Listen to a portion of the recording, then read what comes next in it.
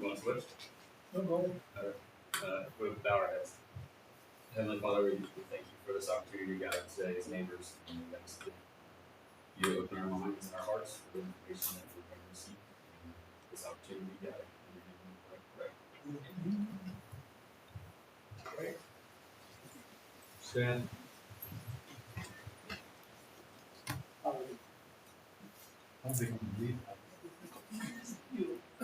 I pledge allegiance to the flag of the United States of America and to the republic for which it stands, one nation under God, indivisible, with liberty and justice for all.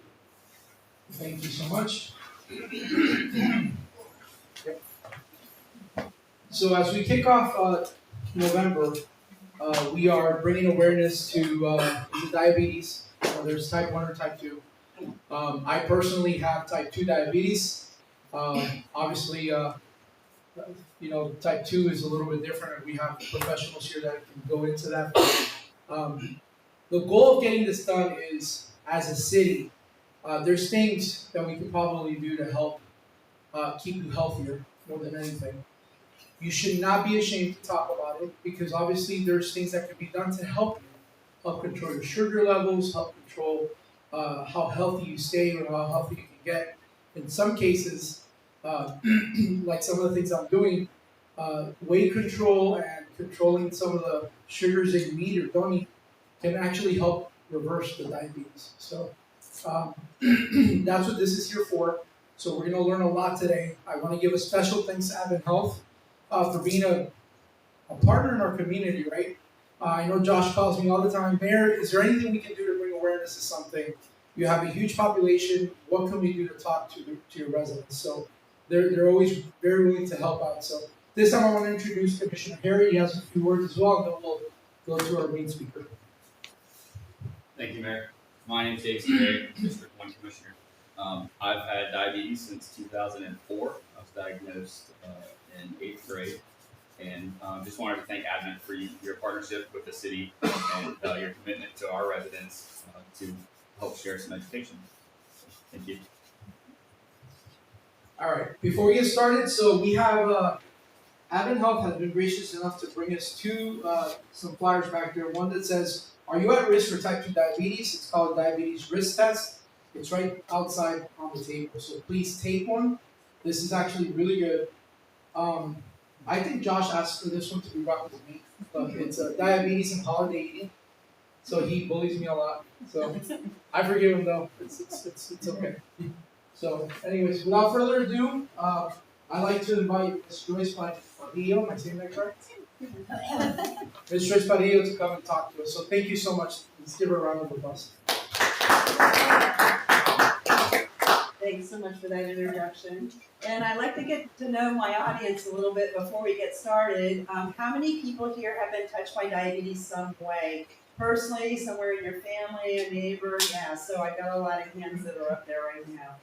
It's a pretty common disease. So, Josh, I'm going to get forward. What we're going to be going over today a little bit is what is diabetes. We'll be talking about a couple of different types of diabetes. What are the risk factors and the steps that can be done to prevent diabetes? Because there's a lot of people who have pre-diabetes and we want to prevent that from progressing. So first of all, a little bit of the statistics, national statistics. 34.2 million Americans have diabetes. Unfortunately, we're still at a point where about a quarter of those people aren't aware that they have a disease, and so there's things that could be going on that they aren't aware of just because they don't have that diagnosis. Then we look at the diagnosis of pre-diabetes, which means that blood sugars are a little higher than they should be, but they're not quite high enough to be considered diabetic yet. And 34% of our population has pre-diabetes. So we're looking at 45% of our population being touched by diabetes in some way or another. Now, the two major types of diabetes are type 1 and type 2, and then we have the pre-diabetes. Only about 10% of the people who have diabetes have type 1. The big difference is what's the cause. With type 1 diabetes, it's an autoimmune disease, so the person who has it, their body attacks the cells that make insulin, and they're not able to produce insulin anymore. the people who have type 2 diabetes have what's called insulin resistance. That's kind of a buzzword out there these days. It just simply means that there's insulin there, but it doesn't work very well. It doesn't do the job it's supposed to do. So these are some of the risk factors that you would have for type 2 diabetes. If you're a woman who's had diabetes during a pregnancy, you have a family member, an immediate family member, sister, brother, parent, child who has diabetes. Also, if you've been diagnosed with high blood pressure, have weight issues, not getting regular exercise on a typical day, and as you get older, you're more likely to get this type of diabetes as well. Now, I'm going to take a second to talk about type 1 diabetes and risk factors too, because it's not as well known who's going to get type 1 and who isn't. And right now, there's actually a new medication out there that can help delay the onset of type 1 diabetes. Most people have a very traumatic story when they're diagnosed with type 1. It usually includes a trip to the emergency room and maybe a few days in the intensive care unit, along with learning how to give injections to an orange and how to poke your finger and multiple other things like that. What we can do now is screen people who are at high risk for type 1, which would be immediate family members who have a family member with type 1 in their family. And there are some people with other autoimmune diseases who should be screened as well. If you get screened and you have a couple of those antibodies in your system, there's a medication that you can take now that can delay the onset of that type 1 diabetes. So we don't have the traumatic emergency room trip, and that person has a little bit of time to kind of prepare and figure out what they're going to do and learn about food and things like that. The hope is that eventually this will lead to a cure for type 1 and maybe be able to prevent it altogether. So yay, let's go research. Okay. So this is just how diabetes is diagnosed, and it's always diagnosed through a lab value. So finger sticks are great for people who are monitoring blood sugars, but labs are what we use for diagnosing. And it gives you the different levels. For a fasting blood sugar under 89 is normal. 100 to 125 is that pre-diabetic range, and 126 or higher on 2 occasions is where diabetes is diagnosed. We often use A1C to diagnose diabetes now as well, and that's a test that shows you how your blood sugar's been on the average over the last 3 months. And anytime that number gets above 6.5, that's where that diagnosis of diabetes is made. So how would you feel if you had diabetes? Well, with type 1 diabetes, because it's so dramatic, most people have symptoms. They get extremely thirsty, have to urinate a lot. You feel like you got the flu. You feel like you're really, really sleepy. You might have vision changes. But with type 2 diabetes, a lot of times it comes on much more subtly. So it may develop slowly over years. And a lot of people don't recognize the symptoms or don't realize that there's anything going on. So these are some of the symptoms to look for: fatigue, urination, unexplained weight loss, blurred vision, sores that don't heal, increased thirst. Those are some things that you would look for. Now, when you don't know you have diabetes, or you have diabetes that is not controlled well, it can lead to some pretty serious life-changing complications, including loss of eyesight, increased risk for heart attacks and strokes, peripheral artery disease, which can lead to things like amputations and neuropathy, eye complications, kidney failure, dental disease. These are all some of the complications that can come with unrecognized or uncontrolled diabetes. Can diabetes type 2 be prevented? And the answer is maybe, but it depends. So first of all, it's recognizing that you're at risk, so taking that risk test, and then it's taking the actions that are necessary to help lower that risk. So the 2 primary actions that people are going to look for are weight management, and number 2 is getting exercise. So a large study that was done back in the 70s through the early 2000s, they found that with about 5 to 7% weight loss and 150 minutes of moderate intensity exercise on a weekly basis could reduce the risk for getting type 2 diabetes. And this, don't think that because I'm older, that means I'm not going to benefit from this, because it actually did a better job in people over the age of 60 than it did in younger people. So making those changes can be very effective. Okay, so go ahead next. When you have diabetes, and also if you're like trying to prevent, there's some things that you can do. And how many people have seen this Balance Your Plate kind of a meal planning tool before? It's a really popular one because it kind of looks at food in a context of how we actually eat food. So when we had the pyramid, like who ate off a pyramid? I eat off a plate, right? So it's learning how to balance your plate, making sure that you're including fruits and vegetables on a regular basis, that you're using lean proteins, and that when you're having your grains, that you try to have whole grains, that are going to be much higher in fiber, maybe protein, that are going to be what I like to call quality carbohydrates. So finding that balance. Now, a lot of people snack between meals, or there are a lot of people I find that eat 2 meals a day and just kind of snack and graze in between those meals. So making sure that if you're having snacks sometimes, that you plan ahead so that you can make a healthy snack. And a healthy snack is usually going to consist of something that has like a little bit of carb, maybe a fruit or a vegetable or a whole grain, and then something that has a little bit of protein along with it. So Hostess cupcakes don't have either. They have a lot of carbohydrate, but they're not very healthy. So it's learning how to make those healthier food choices, especially when you're snacking, so that you're not adding empty calories to your day, and you're helping to control your hunger. If you go too long without eating, sometimes you can get a little over hungry and then might eat too much after that. For physical activity, the 150 minutes a week needs to be aerobic or moderate intensity exercise.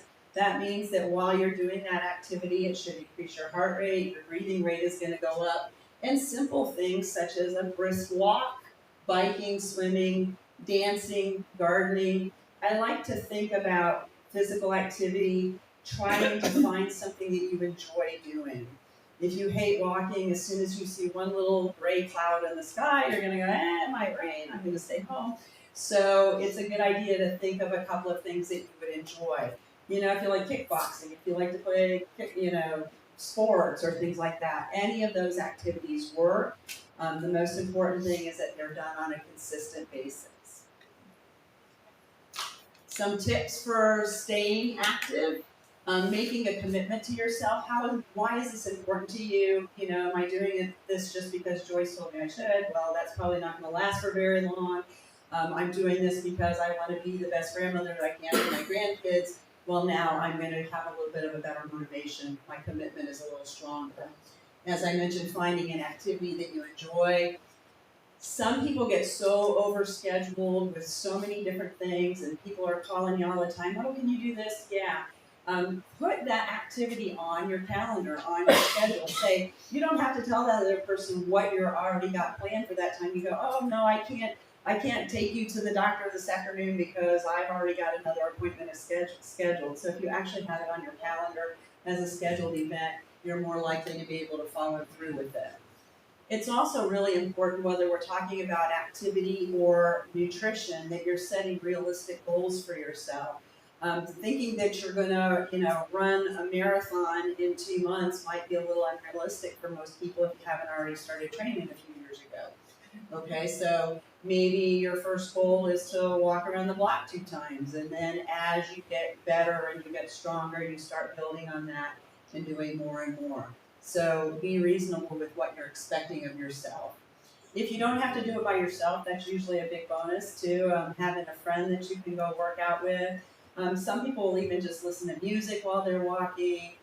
If you've noticed, most gyms have like a television or something like that. So you're kind of distracted while you're doing the activity. It's not quite as boring, and the time seems to go by a lot faster. It is important to make sure that you're prepared for your activity, wearing the right shoes, the right clothing. Especially if you do have diabetes, you want to be very conscientious of your footwear. because you can injure your foot. You don't want to have problems with your feet. And finally, reward yourself, but hopefully not food rewards. Yeah, have some fun things that you do. Maybe, if you're consistent with your exercise for the whole week, then maybe Friday night you go out to the movie and you get the small popcorn and not the big candy. Having some special treats. Maybe you go get a massage or you download some music that you wanted. So give yourself opportunities to celebrate your successes whenever you reach them. So it's all about finding balance. You want to make sure that you're finding the balance between the food that you're eating and your physical activity. I just want to take a minute to mention here too that many times when people start an exercise program, you think you have to fuel that exercise. So you may take on extra power drinks or things like that. If you're trying to manage your weight, be careful about that because you don't burn as many calories as you think you do with a brisk walk. So a lot of times people may burn 120 calories and then drink 240 calories to fuel that workout and end up wondering why you're not losing weight or why you're not getting your results. So be careful how you're balancing food and activity as well. Finally, I want to say is when you're looking at any kind of program, especially diets that are out there, ask yourself, is this really going to be right for me? I have a list of questions here that you can ask yourself because there are about 10 million different diet plans that are out there, and they all work when you stick with them, but is this plan going to be the right plan for you? So ask yourself, does it include all the food groups? Okay, if you only eat one thing, if you eat cabbage soup for the rest of you're not going to be able to do that long term. So you want to find that balance with all the food groups. Is this food that you're going to be able to eat for the rest of your life? How long do people with diabetes or anybody who's concerned about their health or chronic disease need to eat healthy? Forever, exactly. So if this is a diet you can only do for the next 2 weeks or 2 months, it's not a long-term plan. So make sure you feel like something you're going to be able to follow through with. Is this food that you can buy at your local supermarket? Are you going to have access to this food, or are you having to special order it off of some program? That can make a difference. Does the meal plan include some foods that you like? If it's all stuff that you don't like, then you're going to have a really hard time adjusting and following it. In the old days, we used to have tear sheets of diets for a week at a time and say, here, eat this and you'll be fine.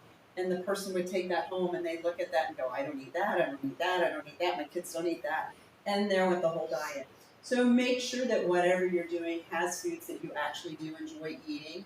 It should also have some flexibility for special occasions.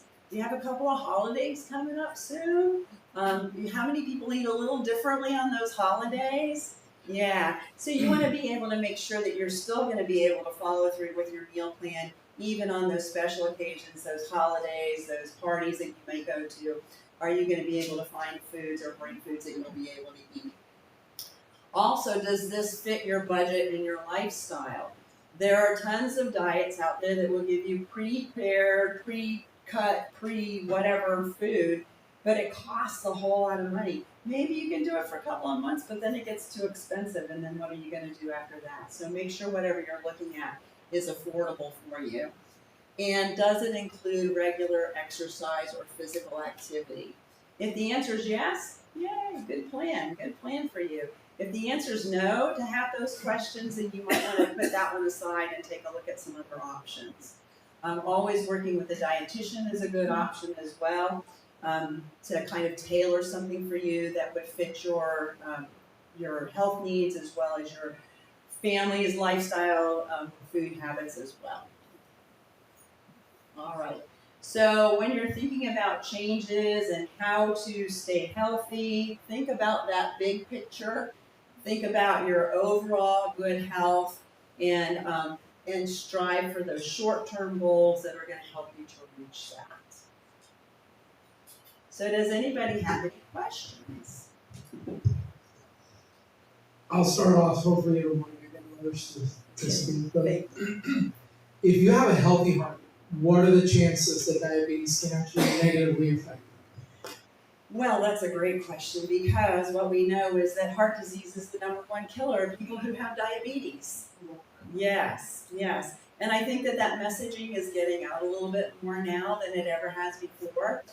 So what that means to a person who's been diagnosed with diabetes is that not only is it just about your blood sugar being healthy with what you're eating, but it's also about being mindful of having foods that are healthy for your heart as well.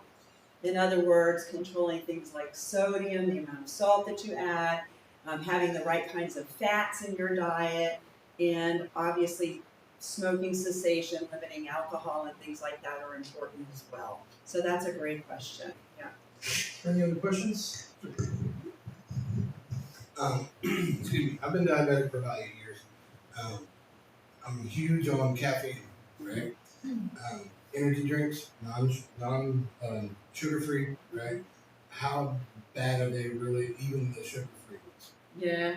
Well, that's a good question. I'm not really sure the direct answer to that because I'm not sure that they've been studied directly in the effects with diabetes. I do know that when we look at the caffeine studies with coffee, that a cup or two of coffee is actually fine for people with diabetes, especially if we're not adding sugar to it.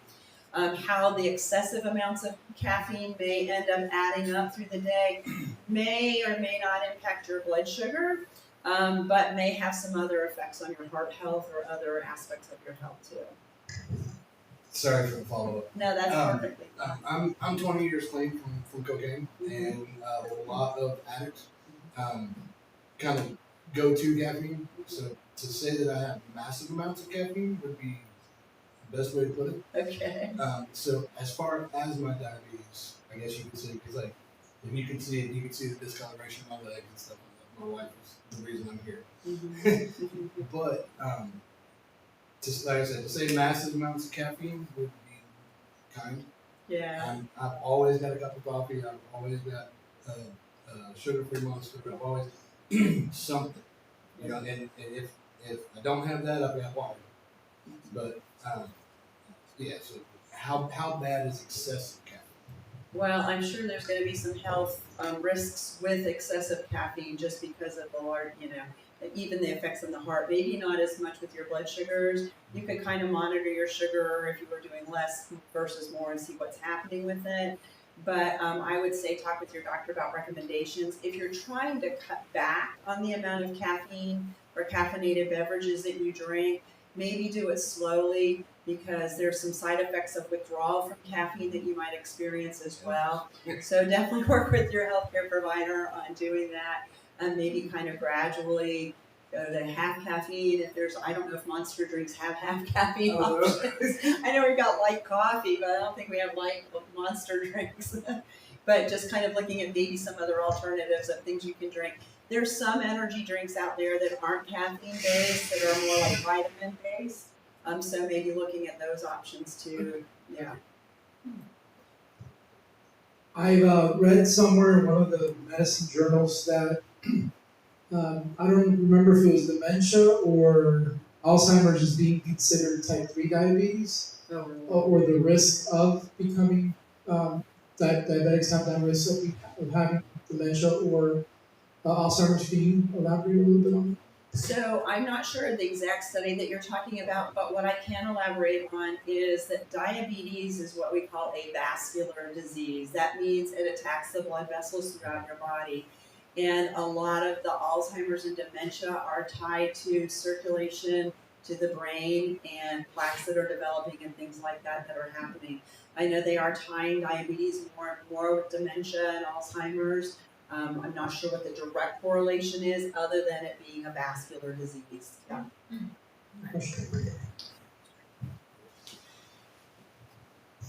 I have a question about the drug metformin. There's a lot of studies and stuff that excessive use could cause other issues with your feet and everything else as it's controlling disease. What is your information on that? Should you switch drugs throughout your treatment?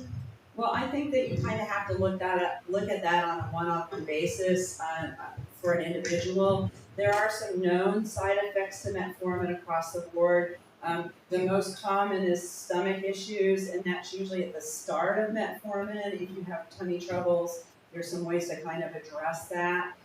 Long-term metformin use can lead to low vitamin B12 levels, so having your B12 tested periodically might be a good idea. I'm thinking there could be some tie between B vitamins and neuropathy and stuff like that as well. So I would definitely say get your B12 levels checked. There's no real good study that I've seen that says you can't take metformin long term. I've known some people who've been on metformin for 40 and 50 years. So you don't really have to get off of it necessarily unless your kidney function declines. But I would work with your provider to see if you've got some special things that are going on that you would need to look for a different alternative. Is neuropathy reversible? Oh man, that's a tough one.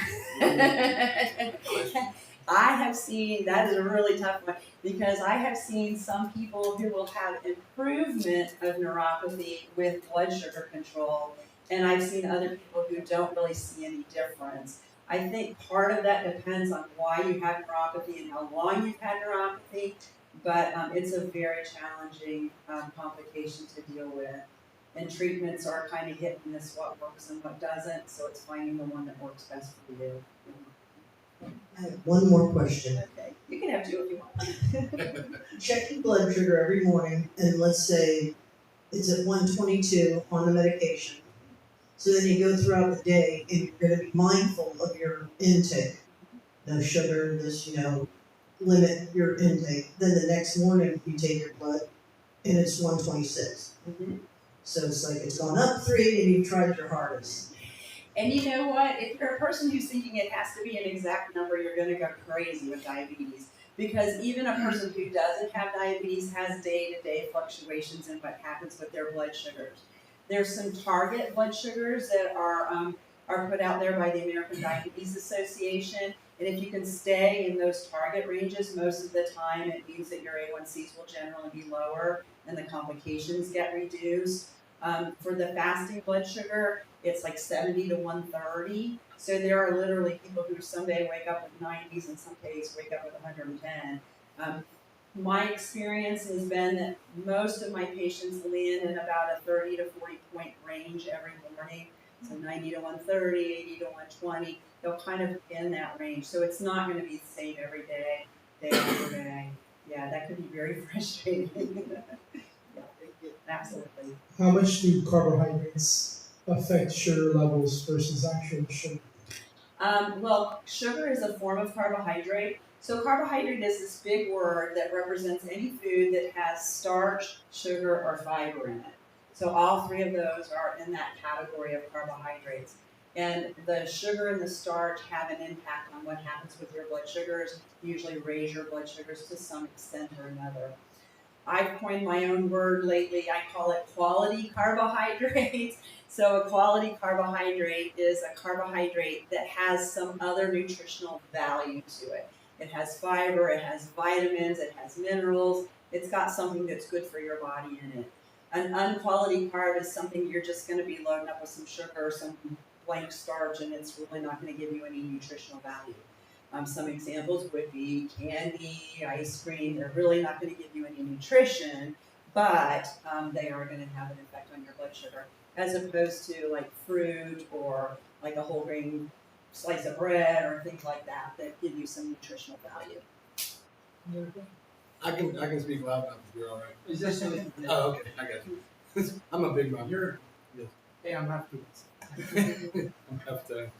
So one of my question, thinking about it while you were speaking, is I lost my insurance probably about a year ago. So most of what I've been trying to do is on my own. Plus, I am not a good diabetic, right? Not free willing it anyway, right? So looking at like Atkins, looking at keto, I've read horror stories about keto and diabetes. But I don't know if that's just somebody that had a bad enough experience to put a review, or if that's a kind of normality. So if I'm looking at since I'm kind of on my own with it, if I'm looking at, follow the Atkins diet, which I have issue with that, Atkins diet or the keto diet or the whatever diet, right? Not just keto, but what I guess the best thing I can say is what values do I need to look at in a diet that says even if this is sugar free, it might screw up your stuff. Gotcha. Yeah. Yeah, and that was a complicated question. I'm sorry. No, that's quite all right. The meta-analysis looking at diets across the board, the most popular ones, everything from Atkins to keto to your blood type diet to the South Beach diet to the Mediterranean. The most important factor to your success on that meal plan was longevity, the length of time that you could stay on that plan. So again, looking at what looks realistic for you, that you can do long term, and making sure that it's got some good balance to it. The problem that you run into with some of the keto or Atkins type diets is they can be very heavily concentrated in saturated fats. You can eat all the bacon you want to on an Atkins diet, which Right. may not be that healthy for your heart. Right. So, consider, is this really reasonable? And then if you're kind of like fine tuning, if you've got the opportunity to work with a dietitian to figure that out. It used to be that we said across the board Atkins wasn't necessarily the best diet for people with diabetes, but for some people it does work well. But I personally have met 3 people in my 25 years in diabetes that have done a long-term Atkins diet successfully. Most of these diets that are way out of balance, you do them for 3 months or 6 months, and then you're like, I can't do that anymore, and then you lose all the gains that you had gotten from The old following. grapefruit diet. Yeah, exactly. Yeah, exactly. Yeah. Yes. On eating throughout the day, Mm-hmm. my mom and I always argue, like breakfast, and you're supposed to wait like 4 hours, or is there really a time period? And there's like, sometimes it's like breakfast, snack, lunch, snack, dinner. Then my endocrinologist said, well, if you're not hungry, don't eat. Well, there's times that I don't eat and my blood sugar goes down to like 80. There are times I won't eat for a couple of hours and it goes into 200s and I haven't even had anything. And what, per meal, how many carbs should you have and how many should you have in a day? Okay. So let's start with the timing. Generally, we don't recommend you go more than 4 to 6 hours without something to eat. So if you're a 3 meal a day person, it's perfectly fine to do 3 meals. If you're a grazer and you want to eat every 2 or 3 hours, that means that those 3 meals that you would have eaten through the day now get divided into smaller amounts. So it's not extra food above what you would normally eat at the meal. It would be taking some food away from that meal to make room for that in a snack. As far as the carbohydrate allowance, that kind of depends on how active you are, your height, your weight goals and stuff like that. So it varies a little bit from person to person. Typically, we'll recommend at least 30 grams of carbs per meal, expecting 3 meals a day, and maybe somewhere, and it might be more than that, but generally around that, 30 grams of carbs per meal, plus maybe a couple snacks. So I have a question, and that probably, I don't know if that would be Josh or you, but one of the biggest issues for some of the residents when they asked me to, hey, can you put this together, obviously was some of them are facing either it's a lapse in their insurance or they're having an issue that they don't have coverage for certification. Those that have diabetes here know how expensive medication can be, even with the discount cards and things like that. Does Advent Health provide some type of a program to not necessarily pay, but help some of the residents that have issues with these high co-payments? I mean, you look at, for example, Ozempic, it's like over $1,800. I mean, I can go down a list. Somebody gave me a list of medication, and without insurance, I think they gave me one from Publix Pharmacy, and all of them were over $900. I mean, is there anything that even that Advent is doing to help kind of with the cost? Well, I'll take it, and I'll see if Josh has anything to add to it. When it comes to the cost of medications, there's a couple of things that you want to look at. Is there a discount card that will make it a little bit more affordable, or at least where you can get the lowest cost? Another one is a lot of the drug companies offer a card from the drug company for that specific drug that lowers the cost to $10 or $20 or $30 a month. So that might be an option if you're not on a government-sponsored insurance. So if you're on Medicare, Medicaid, or something that's VA related, you won't be able to use one of those cards. Beyond that, they have programs called patient assistance programs. Patient assistance programs, you have to fill out paperwork that particular drug company will put out. You fill in your part and it will include some information about your finances. Your doctor fills in part of it, you send it into the drug company. And if you qualify for it, you'll get that drug for free through your doctor's office for the next year. And then the following year, you have to re-qualify for it again. So those are some of the programs that are out there. You can always talk to your doctor and see if they get samples, sometimes to help stretch it a little bit further, but the cost of drugs has been a major issue. I don't know if you know that last year they passed some legislation that Medicare recipients will never pay more than $35 per month for insulin. So they're working on trying to translate that into commercial insurance plans and other insurances as well. But a person who's on Medicare won't pay more than $35 per insulin. That doesn't cover any of those drugs like the Ozempic. Those are outside of that realm. But at least they've been trying to control some of the costs there. I don't know of anything else, Josh. Yeah, I don't have anything specific that we're doing, but I would just say that when you're at Advent Health, I know our navigators will try to help you find outside resources. They won't just send you out and say good luck. And I would defer to them on specific things for specific drugs. Yeah. I want my residents to know it's important that they don't stay home and don't. Some of them are afraid to go to the doctor, right, because of the cost, and they're running the risk of putting their life in danger because of uncontrolled diabetes. Mm-hmm. I've seen firsthand folks that maybe they're just lazy, they don't take the medication on time. My grandma was very infamous for that. Oh, I took it, we would check, and she wouldn't take it. And she started declining a lot too. So I want the residents to know, whether it's Advent Health or someone else, when you're feeling sick, you need to go see your doctor. Regardless, I never heard a story of Advent turning someone away when they're going into emergency room with high blood pressure, with high blood sugar.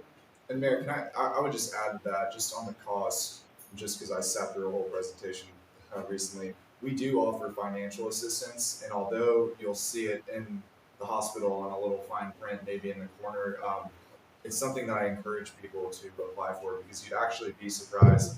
I do a lot of community work, and people come to me and they're like, hey, I'm having some billing issues, blah, blah, blah. Did you fill out financial assistance? And 9 out of 10 people didn't, and you'd be surprised how many people qualify. So I would just add that overall general cost of healthcare, I hear it all the time.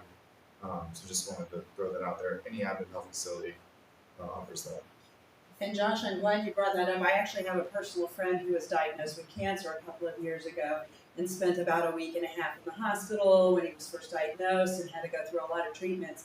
And he applied for the financial assistance, and he didn't pay any of his, it has to be $100,000 worth of bills and he didn't have to pay any of that because he qualified for that funding. And once he qualified for the financial assistance through Advent Health, it was extended out to a lot of his providers that were either attached to Advent or were not attached to Advent.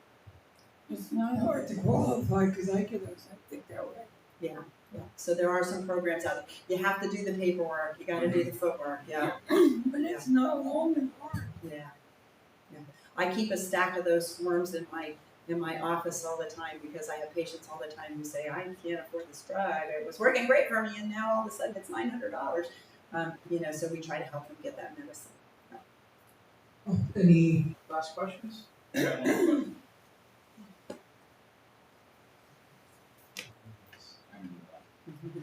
What is the effect of protein on blood sugars? So in normal amounts, protein doesn't have much of an impact on your blood sugar. In fact, we believe that when you have carbohydrate and protein together, it actually helps to stabilize your blood sugar. When you have a carb all by itself, your blood sugar can go up really quickly. When you combine it with a protein, it has a more level effect on the blood sugar. However, we do know that large quantities of protein can have an impact on your insulin levels and you can end up with higher blood sugars from larger quantities of protein sometimes too. That's one of those things where with your monitoring, especially if you've got a sensor that you can wear, experiment. Don't be afraid to experiment. If you've got diabetes, get curious. I wonder what would happen if, I ate a high protein meal and check and see what's going on with your blood sugars as a response to that. Because from one person to the next, it may be different as well. Some of you who have diabetes, just sitting here talking about food has started making your blood sugar go up. There's other people who don't have a problem at all. So that's, you'd have to kind of look at that on an individual basis. Thank you. Yeah, absolutely, yes. What would you say is the best way to track your macros? So tracking your macros, there are a bunch of different theories about how much macros people should have. Generally considered healthy is at least 40%, and the range is anywhere to 40 to 60% on the carbohydrates, and then they go back and forth on the protein versus fat. Again, I would highly recommend if you're tracking macros that you work with a dietitian if you have diabetes and you're trying to get the right balance.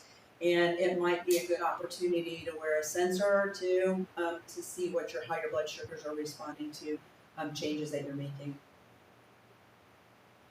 Well, let's give her a round of applause. Thank you so much. Folks, she has stuff back there. Advent Health has a lot of information. If you know someone with diabetes, take some of that with you. They brought it so we can, share with our families or friends. And I'm going to repeat again. You heard it from them directly. If you feel like you're not feeling well because your sugars are high, in some cases maybe you took too much medication because you're extremely low. Either way, your body will tell you, and you'll be able to tell. Go to the hospital. Don't be afraid to not go just because of their payment situation. Just explain that they're going to help. So please share the information. They have cards and stuff out there. One more thing for those of you who are watching online, if you're looking to take that diabetes risk test, www.diabetes.org/risk test, you can find an online version of that. Perfect. Thank you so much. So thank you guys for coming out. Please, before you go, let's make sure that we take some of the food that the Deltona culinary program brought, and let's give them a round of applause as well. And anything you guys can do to help support them, that would be great. So again, Advent Health, thank you guys for being partners with us in the community, and hopefully we can continue to work together and make Deltona a much more healthier place. So thank you guys.